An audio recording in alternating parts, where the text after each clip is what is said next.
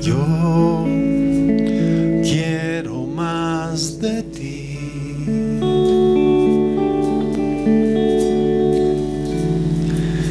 Y habitar en tu presencia. Menguar para que crezcas tú. Y cada día ser más como tú. Yo quiero más de ti. Señor, este día tú lo has creado hermoso, completo, y nos lo regalas, Dios, para que lo vivamos, Señor, y queremos vivirlo intensamente para ti, con la paz, con la misericordia que tú nos otorgas. Hoy día, Señor, queremos también tomar y comer de tu mesa. Así sea tu palabra para cada uno de tus hijas y de tus hijos, Señor. Que tú hables a través de tu hijo Johnny y tu Espíritu Santo, Señor, se mueva con la libertad. Se mueva, Señor, en cada vida con este mensaje. Hemos orado en el nombre de Jesús. Amén. Amén, hermanos.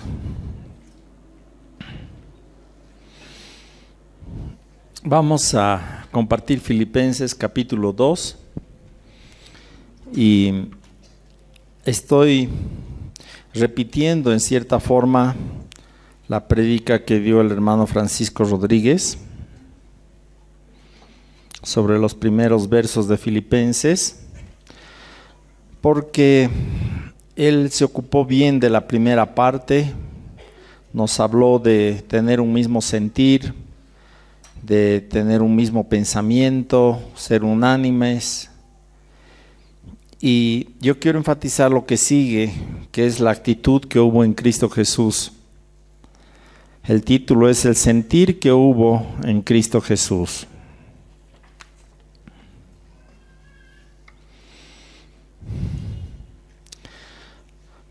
Pablo empieza diciendo: nada hagan por contienda o por vanagloria. El verso 3, Filipenses 2:3.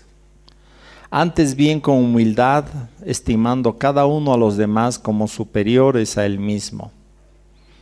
No mirando cada uno por lo suyo propio, sino cada cual también por lo de los otros.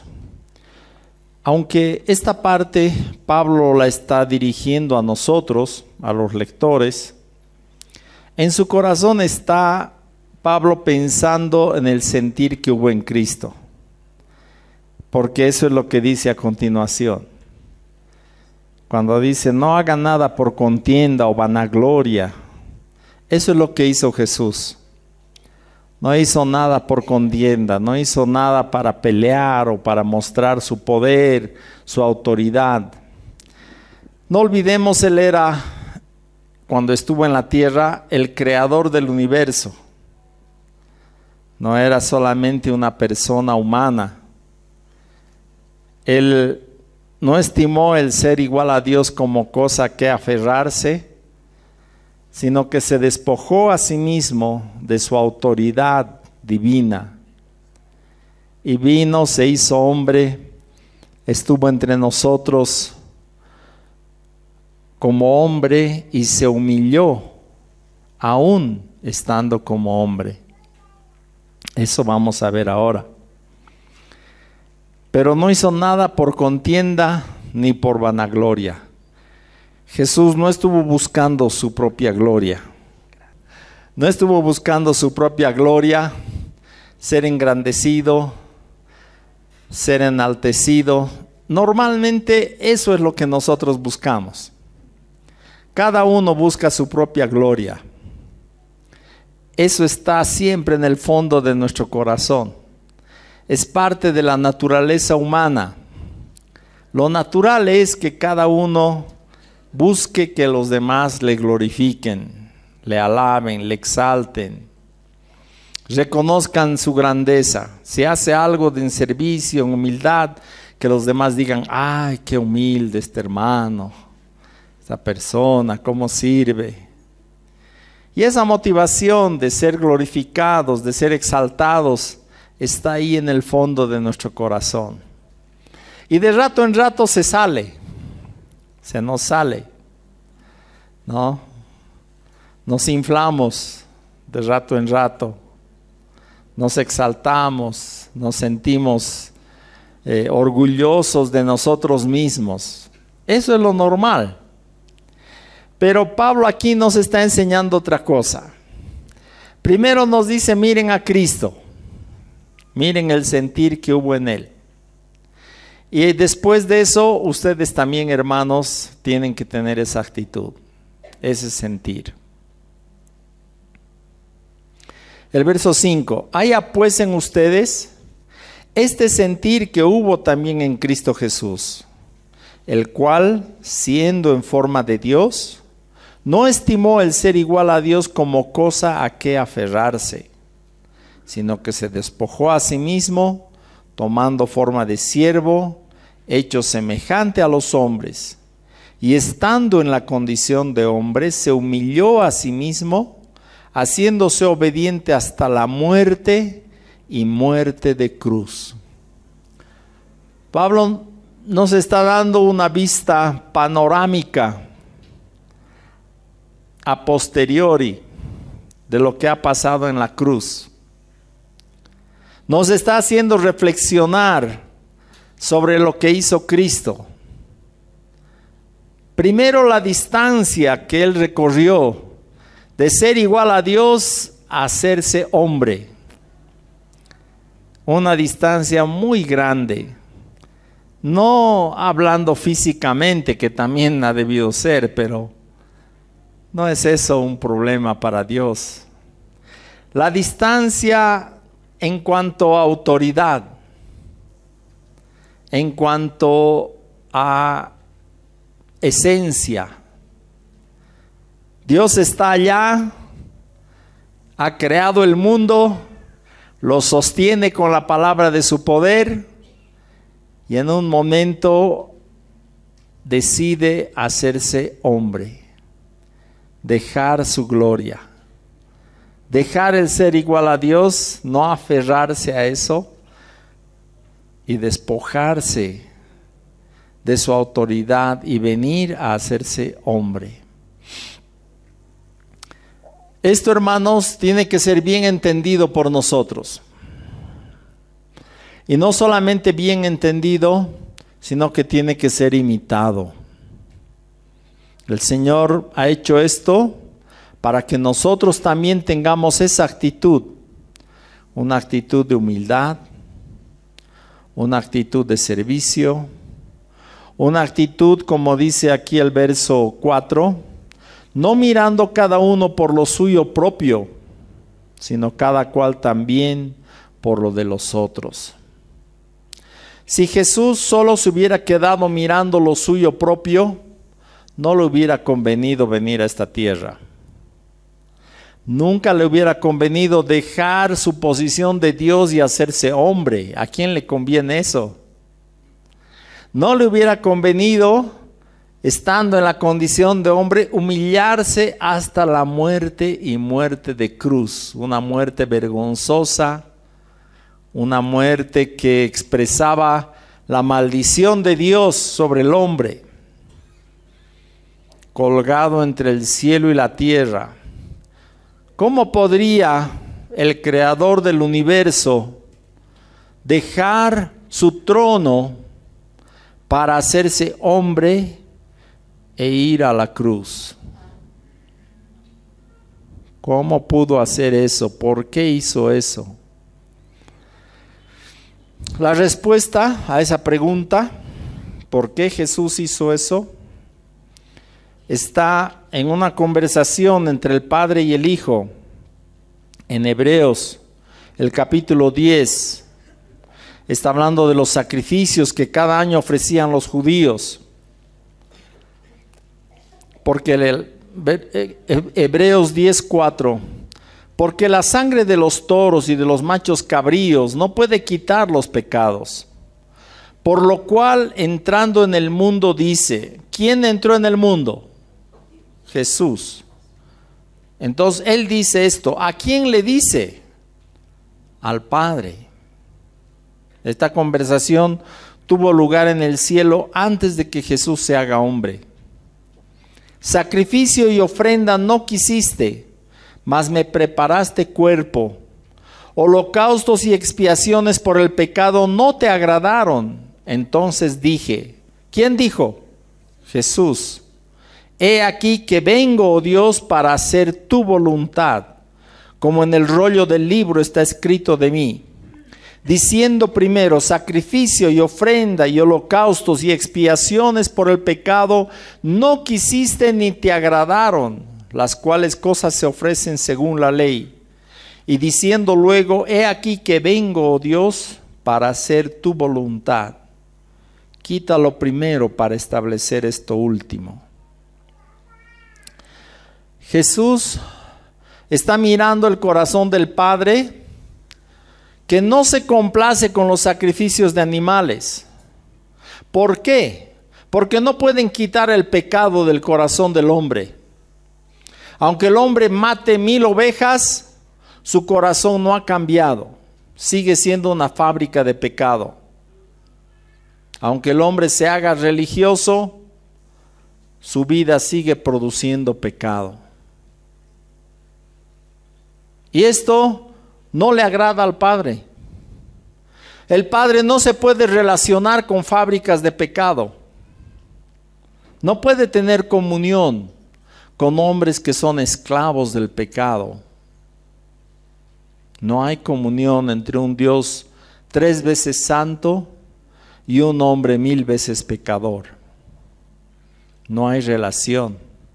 Por eso no le agradaba al Padre.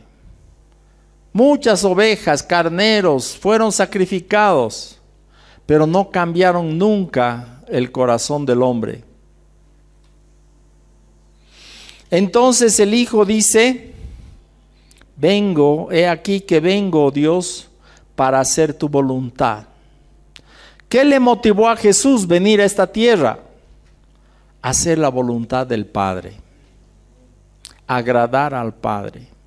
Buscar qué estaba en el corazón del Padre para agradarle. Eso le motivó a Jesús dejar su trono y hacerse hombre. Fue un acto de amor, primero hacia el Padre y también hacia nosotros. Una expresión de amor. El Hijo no buscaba lo suyo propio.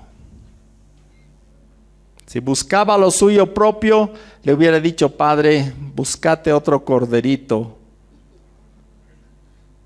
que no me incomode a mí. Yo estaré nomás en mi trono.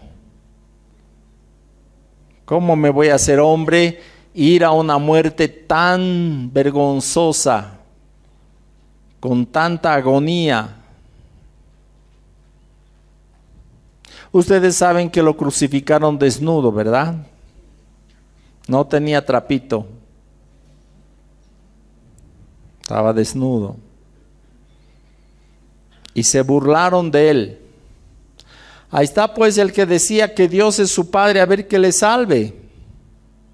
Bájate pues de la cruz. Y lo más tremendo es que él sí se podía bajar de la cruz. Y no se bajó para salvar a los que le estaban crucificando y a nosotros.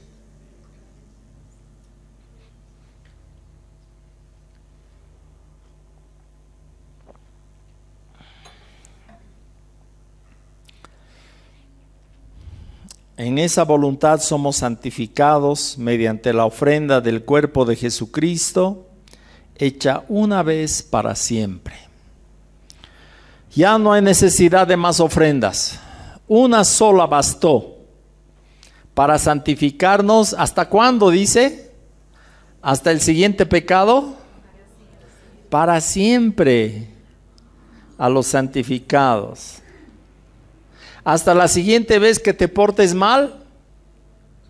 No, para siempre. esto quizá no encaja bien en nuestra cabeza, porque en nuestra cabeza pensamos que el que se porta mal merece castigo, merece pagar por su pecado. Y cuando nosotros pecamos, pensamos, yo merezco pagar por mi pecado. Pero hermanos, las buenas nuevas del Evangelio son que no hay paga que nosotros podamos dar. La única paga fue el sacrificio de Cristo. No hay más. Nadie puede aportar con su sacrificio al sacrificio de Cristo. No podemos yaparle. Está completo, está consumado, está terminado. Somos santificados mediante la ofrenda del cuerpo de Jesucristo, hecha una vez para siempre.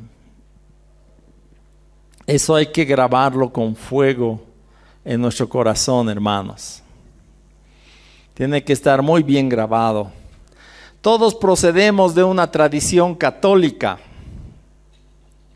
donde se nos hace pensar que podemos obtener la gracia mediante nuestras obras, y que así somos salvados. Por gracia, dicen ellos, pero la gracia se obtiene por obras, así que al final somos salvados por obras. Y ese es un engaño, porque si no, en vano hubiera muerto Cristo. Si el hombre se salva a sí mismo por sus obras, no necesita un Salvador. Sencillo. En vano hubiera venido Jesús. Si tú te puedes salvar, sálvate pues. Haz obras. ¿Para qué vas a molestar al Hijo de Dios? ¿Para qué le vas a hacer venir desde su trono a esta tierra? A morir todavía. Si nosotros fuéramos Jesús, ¿cómo hubiéramos planeado nuestra venida a este mundo? ¿Dónde hubiéramos nacido? ¿Tú hubieras nacido en un pesebre donde comen las vacas? ¿Hubieras escogido ese lugar para nacer, siendo Dios? ¿No hubieras preferido un palacio grande, espectacular, que digan, esta es la casa de Jesús? A ver, hoy en día, hermanos, ¿hay las casas de todos o no? Grandes reyes tienen sus casas. El Taj Mahal era un palacio que un rey le edificó a su esposa para recordarla. Está ahí hasta ahora. ¿No ve? Los grandes palacios de los reyes siguen ahí para recordar que este era el palacio del rey fulano de tal. ¿Acaso Jesús no hubiera podido tener un gran palacio? Que lo recordemos, ¿no? Y vayamos en peregrinación todos los años a la casa de Jesús. ¿Qué les parece? Bonito, ¿no ve? Pero no quiso. ¿Por qué? ¿Por qué no nació Jesús en un palacio? ¿Por qué no fue el hijo mimado de unos poderosos? Vino a una señorita que ya estaba comprometida ahí en Jerusalén, a nacer, que se iba a casar con un carpintero. Si nosotros le hubiéramos aconsejado a Jesús cómo nacer, ¿qué le hubiéramos dicho? Señor, ven pues a un buen lugar. Escogete unos padres pues que sean adinerados, famosos, prestigiosos, que se pueda decir, este es Jesús, hijo de esta pareja, una pareja grandiosa, espectacular. ¿Hubiera podido Dios hacer eso o no? Pero no lo hizo. Fue a nacer a un pesebre, fue a ser el hijo de José y María.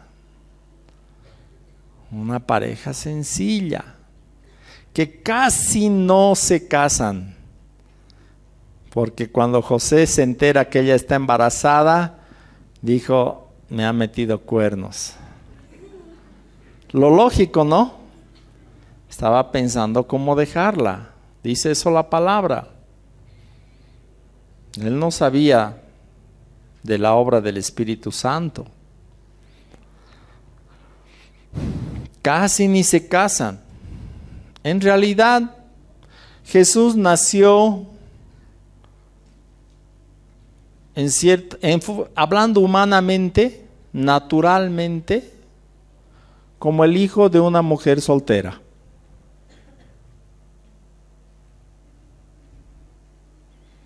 Porque no estaban comprometidos con José, pero el hijo no era de José.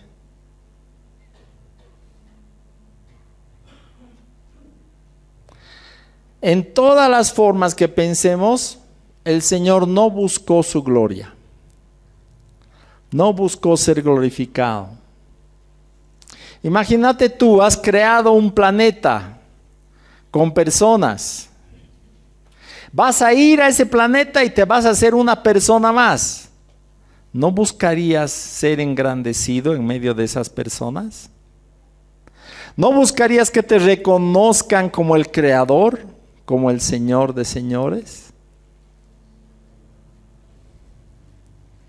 Imagínense a Jesús clavado en la cruz, agonizando, recibiendo la burla de los que le habían clavado y pensando que Él es el Creador y que tenía la autoridad de tomar su vida y que podía llamar a 1,000,000 de ángeles para venir a sacarle y respaldar su autoridad, pero decidió morir ahí, poner su vida. Entonces Pablo dice, no hagan nada por contienda o vanagloria, háganlo todo con humildad, porque Jesús lo ha hecho así. Jesús nuestro Señor se ha humillado, no ha buscado lo suyo, ha buscado lo que beneficiaba a otros, primero al Padre y segundo a todos nosotros. Por amor al Padre se hizo hombre. No voy a hacer mi voluntad sino la tuya. Eso dijo en Getsemaní también, ¿se acuerdan? No lo que yo quiero, sino lo que tú quieres. Hágase tu voluntad.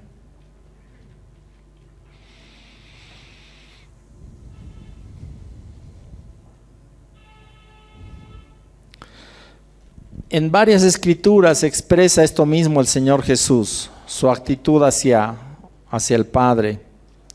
En Juan 8:50, el Evangelio de Juan,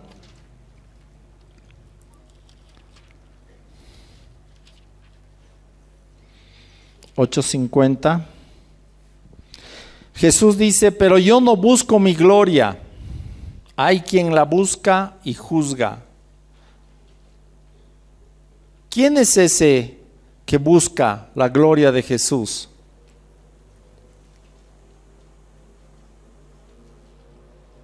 Les repito, pero yo no busco mi gloria, dice Jesús. Hay quien la busca y juzga. ¿Quién es ese que busca la gloria de Jesús? El Padre. Dios el Padre. En la Trinidad hay esta actitud en los 3 seres de la Trinidad.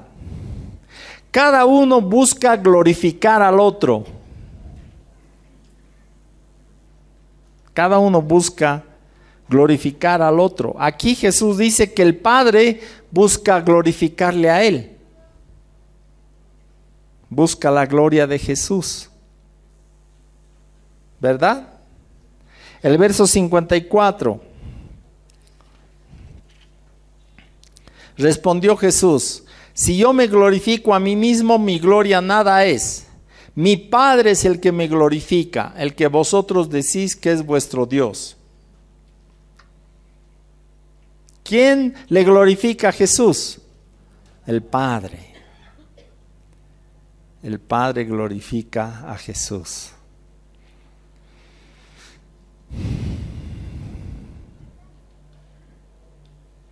En Juan 17, Juan 17:1. Estas cosas habló Jesús y levantando los ojos al cielo dijo: Padre, la hora ha llegado, glorifica a tu Hijo para que también tu Hijo te glorifique a ti. Qué bonito este diálogo. Está orando el Señor. Está para ir a la cruz a poner su vida. Ha llegado la hora, Padre. Glorifica a tu Hijo para que también tu Hijo te glorifique a ti. ¿Cómo iba a ser glorificado Jesús? No es que la gente lo iba a aclamar. Nuestro concepto de gloria a veces es contrario al concepto de Dios. Si Dios te dijera, ahora vas a ser glorificado, ¿tú qué pensarías? Me van a reconocer. Van a exaltarme. Pero Jesús estaba pensando en que iba a ser crucificado. Iba a glorificar a Dios poniendo su vida en la cruz. Iba a glorificar a Dios sacrificándose, siendo Él el sacrificio. De esa forma iba a glorificar a Dios. Glorifica a tu Hijo para que también tu Hijo te glorifique a ti. Qué cosa, qué diálogo.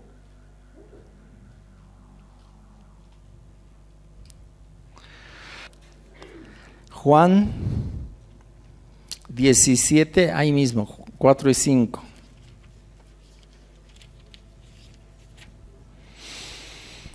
Jesús dice, está orando al Padre, Juan 17, 4. Yo te he glorificado en la tierra, he acabado la obra que me diste que hiciese. Ahora pues, Padre, glorifícame tú al lado tuyo con aquella gloria que tuve contigo antes que el mundo fuese.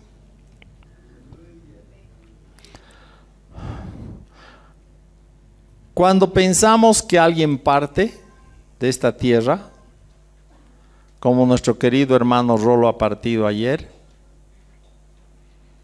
naturalmente viene una tristeza, porque era amigo, era hermano, hemos compartido muchas cosas juntos, y uno extraña esa amistad, extraña su presencia.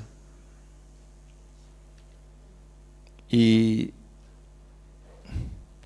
es difícil en nuestro corazón conformarnos a una partida así.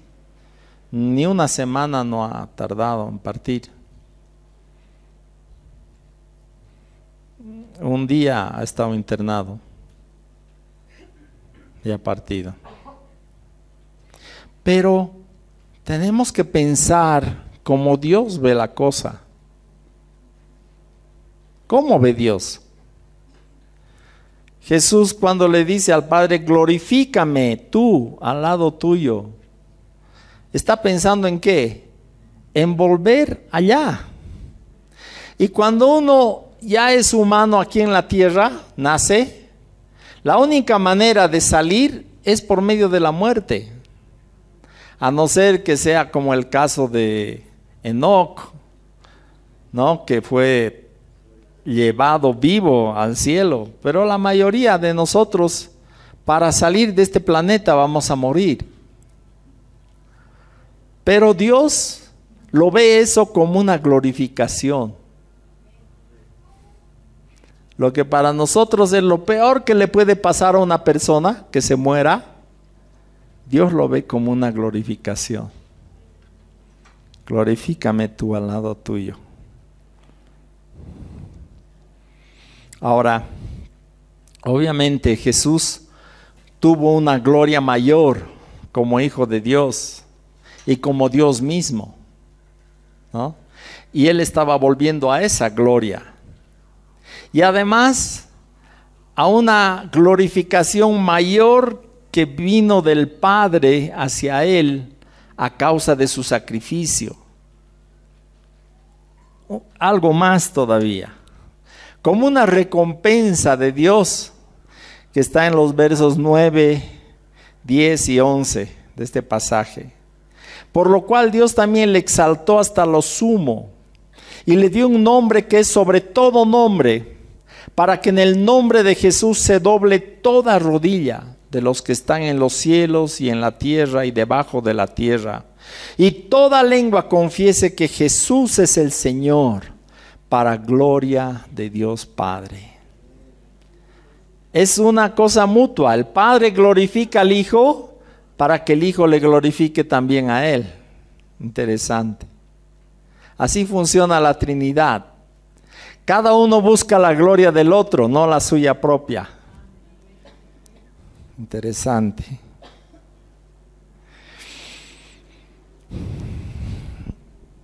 Juan 16, el mismo Evangelio, versos 13 y 14, una página antes. Juan 16, 13 y 14. Jesús está hablando de la venida del Espíritu Santo, que ustedes saben es parte de la Trinidad. Pero cuando venga el Espíritu de verdad, Él los guiará a toda la verdad, porque no hablará por su propia cuenta, sino que hablará todo lo que oyere, y os hará saber las cosas que habrán de venir. Él me glorificará, porque tomará de lo mío y os lo hará saber. El Espíritu Santo va a glorificar ¿a quién? A Jesús. Y va a tomar de lo que Jesús ha hablado y nos los va a revelar. La obra del Espíritu Santo. Hoy día podemos compartir la palabra porque el Espíritu nos está hablando. Nos está revelando las palabras y los hechos de Jesús, la actitud del corazón de Jesús. Qué hermosa es la palabra. Tenemos aquí una ventana a la actitud de Cristo al ir a la cruz. Qué tremendo. ¿Qué le motivó? Amor, amor al Padre, amor a nosotros. ¿Por qué se humilló? Puso su vida por nosotros. No buscó lo suyo propio. No hizo nada por contienda o vanagloria. Vino para humillarse en servicio a nosotros.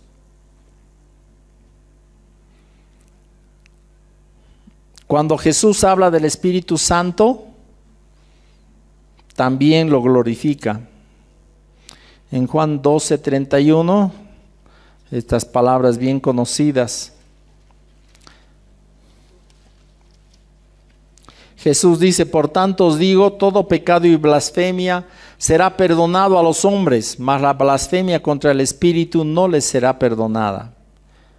A cualquiera que dijera alguna palabra contra el Hijo del Hombre le será perdonado, pero el que hable contra el Espíritu Santo no le será perdonado ni en este siglo ni en el venidero.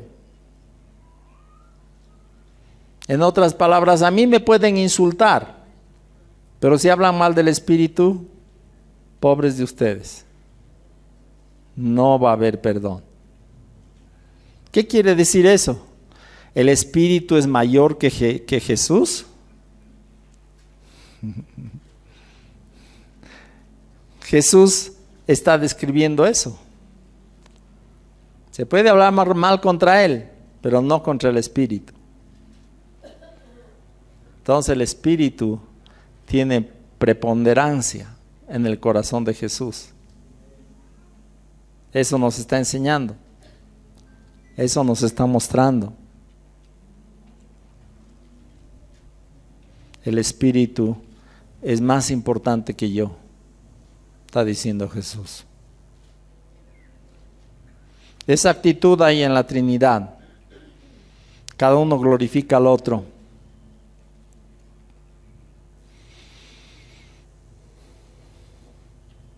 Después de bajar toda la altura de autoridad y de esencia, de ser igual a Dios a hacerse hombre, estando en la condición de hombre, el verso 8, todavía Jesús se humilló aún más.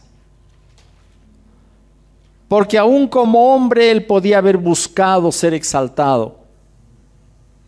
¿Se acuerdan un momento después de multiplicar panes y pescado, quisieron hacerle rey?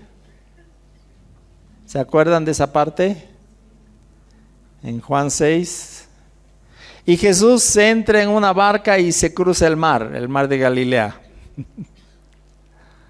Pero Señor, este era puesto por un político, ¿qué le diría Jesús?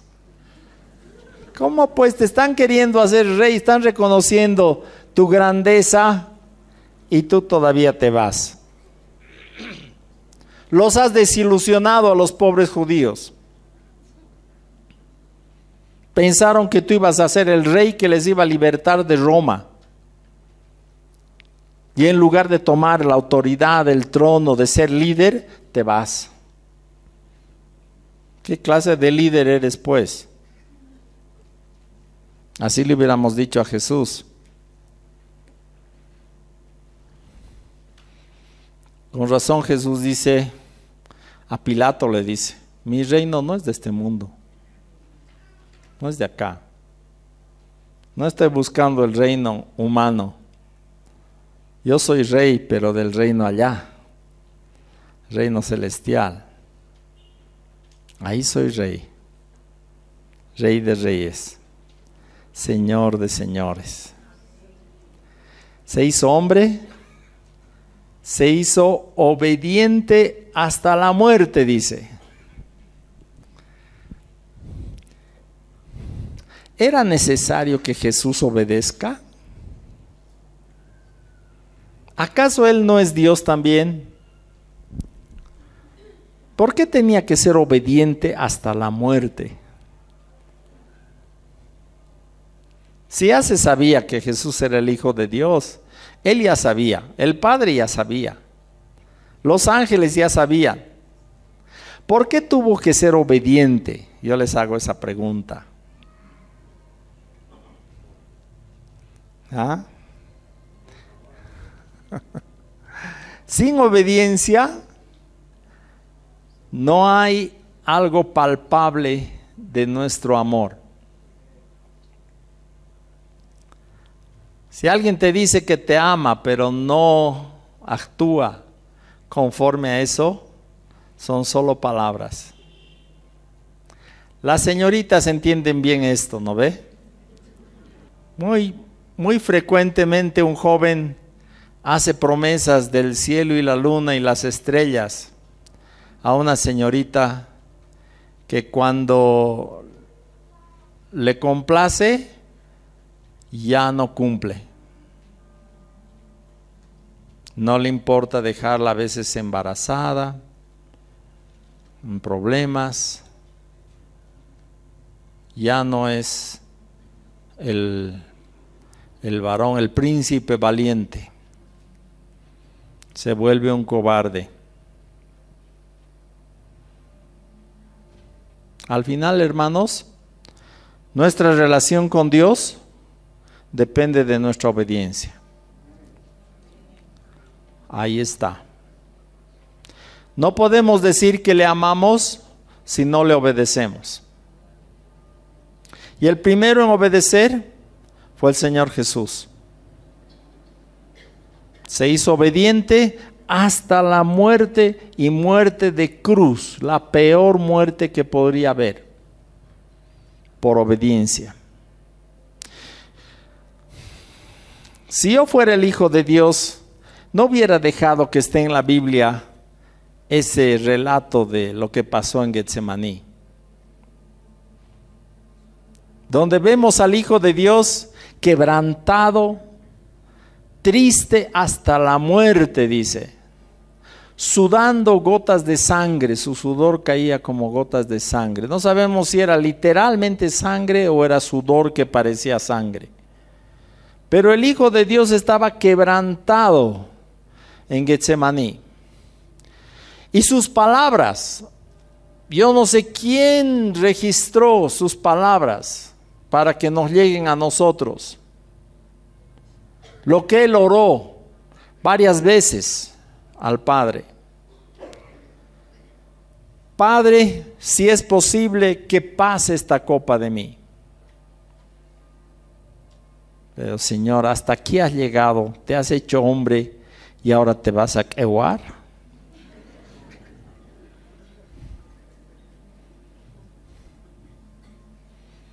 ¿Te vas a cobardar el último momento? Y después Jesús dice, pero no se haga mi voluntad, sino la tuya.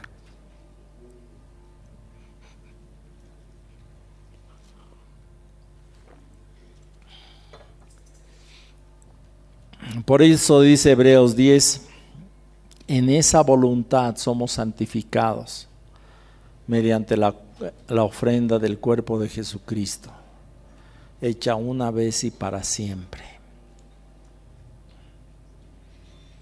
En esa voluntad. Si Jesús no hacía la voluntad del Padre, no hubiera ido a la cruz. Ese diálogo en Getsemaní nos está mostrando que el corazón de Jesús, humanamente hablando, hubiera sido no ir a la cruz. ¿Y quién le puede culpar? Tendría que ser masoquista para que le guste ir a la cruz.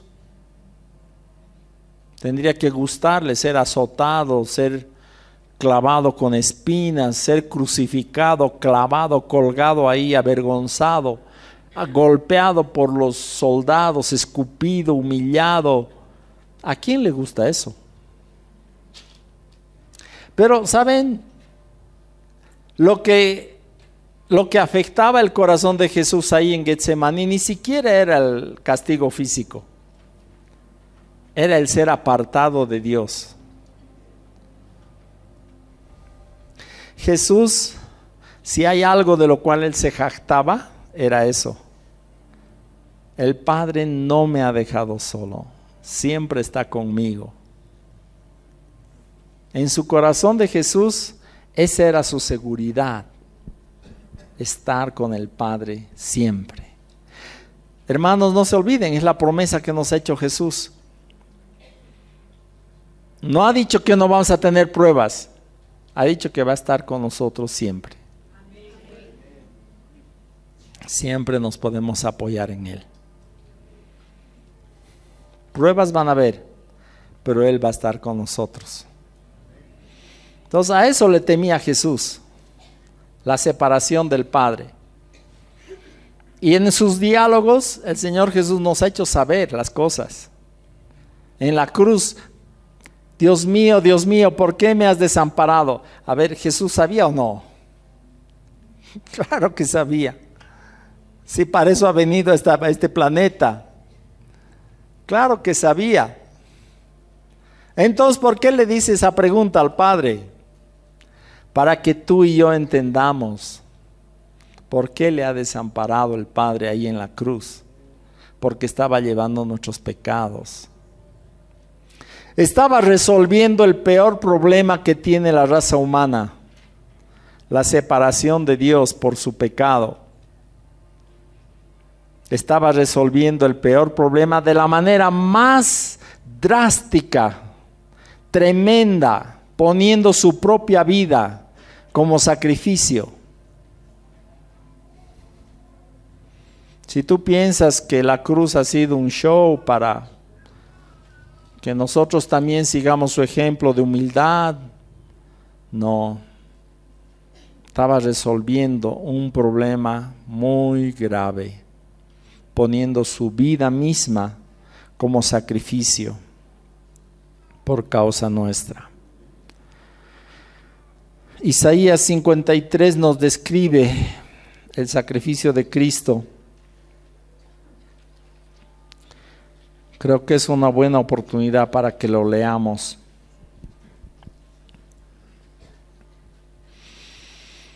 Este capítulo creo que es uno de los más ungidos de la Biblia. Habla de Jesús delante de los judíos, porque Isaías habla como judío y dice: nosotros le hemos hecho esto. Despreciado y desechado entre los hombres, Isaías 53, 3. 53:3. Despreciado y desechado entre los hombres, varón de dolores, experimentado en quebranto. Y como que escondimos de él el rostro. Fue menospreciado y no lo estimamos. Ciertamente llevó él nuestras enfermedades y sufrió nuestros dolores. Y nosotros le tuvimos por azotado, por herido de Dios y abatido. Mas él herido fue por nuestras rebeliones, molido por nuestros pecados. El castigo de nuestra paz fue sobre él, y por su llaga fuimos nosotros curados. Todos nosotros nos descarriamos como ovejas, cada cual se apartó por su camino, mas Jehová cargó en él el pecado de todos nosotros. Angustiado él y afligido, no abrió su boca. Como cordero fue llevado al matadero, y como oveja delante de sus trasquiladores se enmudeció y no abrió su boca. Por cárcel y por juicio fue quitado, y su generación, ¿quién la contará? Porque fue cortado de la tierra de los vivientes, y por la rebelión de mi pueblo fue herido. Y se dispuso con los impíos su sepultura, mas con los ricos fue en su muerte, aunque nunca hizo maldad, ni hubo engaño en su boca. Con todo eso, Jehová quiso quebrantarlo, sujetándole a padecimiento. Cuando haya puesto su vida en expiación por el pecado, verá linaje, vivirá por largos días, y la voluntad de Jehová será en su mano prosperada.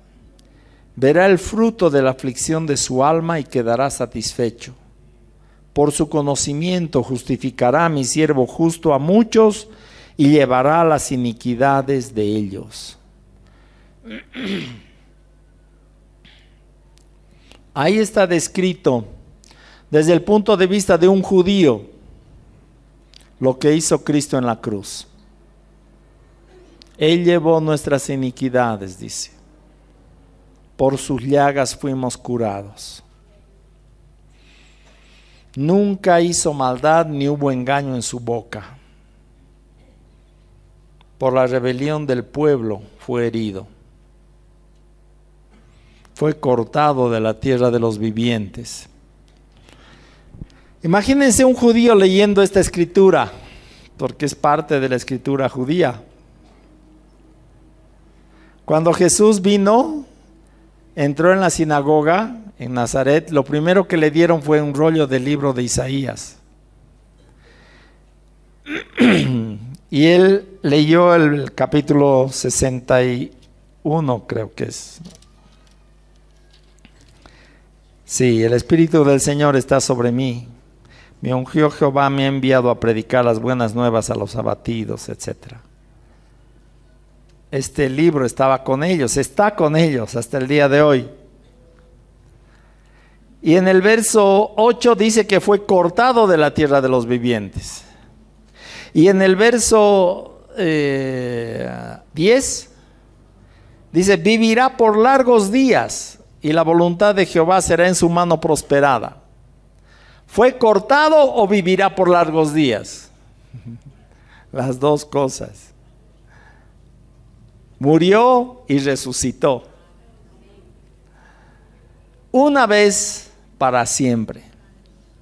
No es como la Iglesia Católica enseña en la Semana Santa que acompañamos a Jesús y Jesús vuelve a sufrir y vuelve a morir y vuelve a resucitar. No, una sola vez ha pasado eso. No necesitamos más que Jesús vuelva a morir. Nunca más va a morir. Fue solamente su salida de este planeta. Fue el momento que salió, dejó este planeta para ser glorificado y para glorificar al Padre.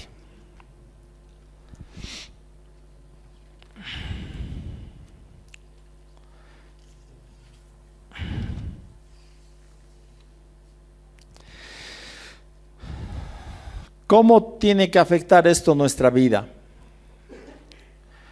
Necesitamos apreciar toda la magnitud de la humillación de Jesús.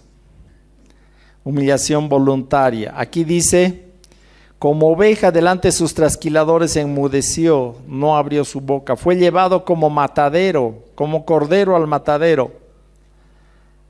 Sí, pero a los corderos no les preguntan si quieren ir. Los llevan nomás. A Jesús, Él puso su vida voluntariamente. Nadie le obligó. Esa es la diferencia. Este fue un cordero voluntario para el sacrificio. Puso su vida. Debemos tener el mismo sentir que hubo en Cristo. No buscar lo nuestro. Considerar a los demás como superiores a nosotros. Si Jesús hubiera menospreciado a la raza humana, nunca se hubiera hecho hombre y menos hubiera puesto su vida para salvarnos. Jesús puso su vida por nosotros. Buscar la gloria de Dios y no la nuestra. Hacer su voluntad en esta tierra. Nosotros cada día tenemos que escoger. ¿Vamos a buscar nuestra gloria o la de Dios? ¿Vamos a hacer su voluntad o la nuestra?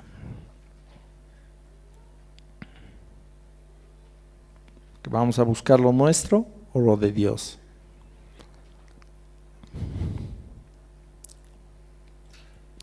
Tenemos que conocer la voluntad de Dios para nuestra vida. Si no, ¿cómo vamos a hacer su voluntad? No tendría sentido. ¿Y cómo vamos a conocer la voluntad de Dios para nosotros? ¿Qué quiere Dios para ti hoy? De hoy día nomás hablaremos. Hoy, ¿qué quiere Dios para tu vida? ¿Cómo vas a saber eso? ¿Hay algún periódico que puedas leer para enterarte? ¿Qué quiere Dios de ti? ¿Algún manual? Es solamente con oración. Como Jesús buscaba a Dios en oración. Está por ir a la cruz, por dejar este planeta, y uno diría, pues bueno, como me espera tanta tortura y dolor y etcétera, voy a descansar un poco. Voy a ver tele un rato para desestresarme. Fue a orar. Y les dijo, ¿van a orar conmigo? Ya, ustedes oran aquí, yo voy a orar más allácito. Y vuelve y los encuentra durmiendo. Cuando estás en pruebas, es momento de orar. No es momento de ver la tele. O de distraerte con lo que sea.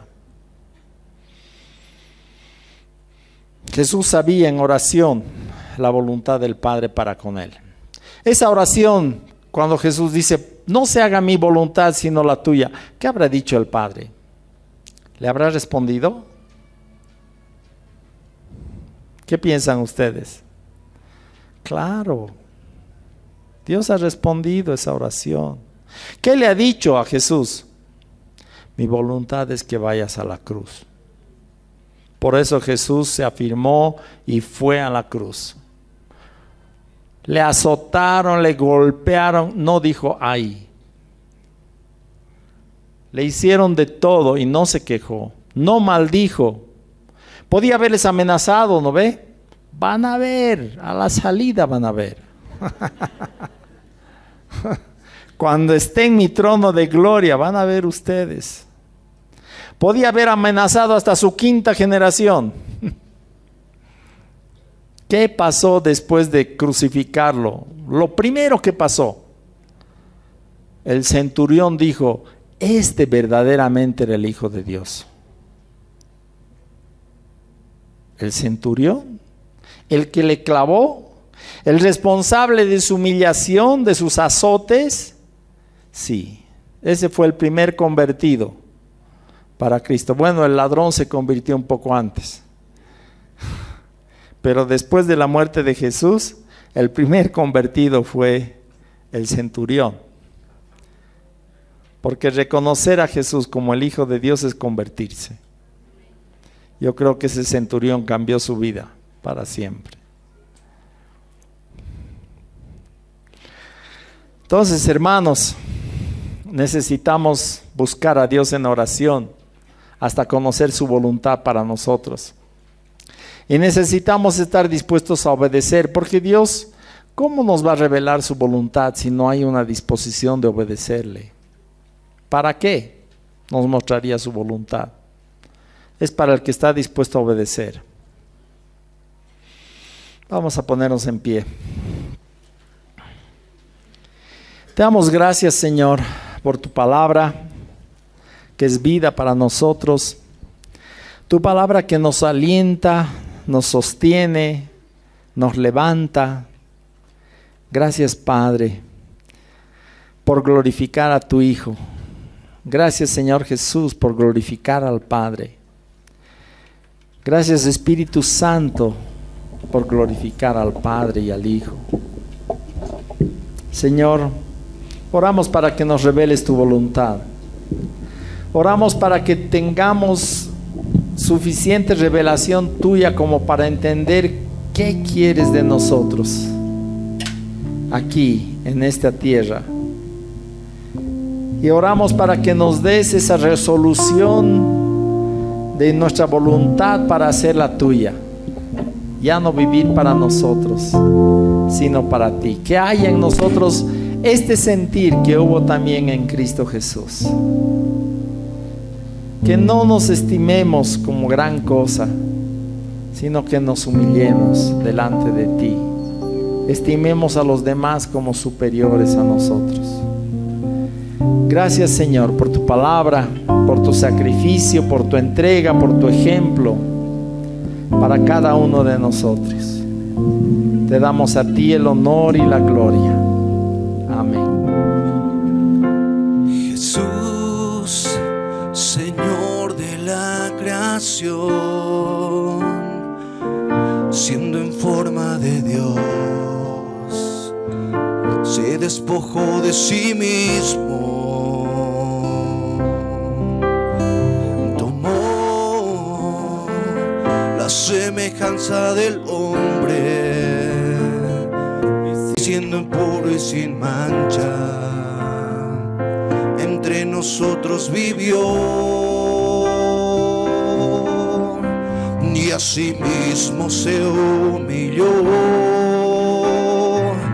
tomando forma de siervo, hasta su vida entregar, y en una cruz terminar. Mas Dios a lo sumo lo exaltó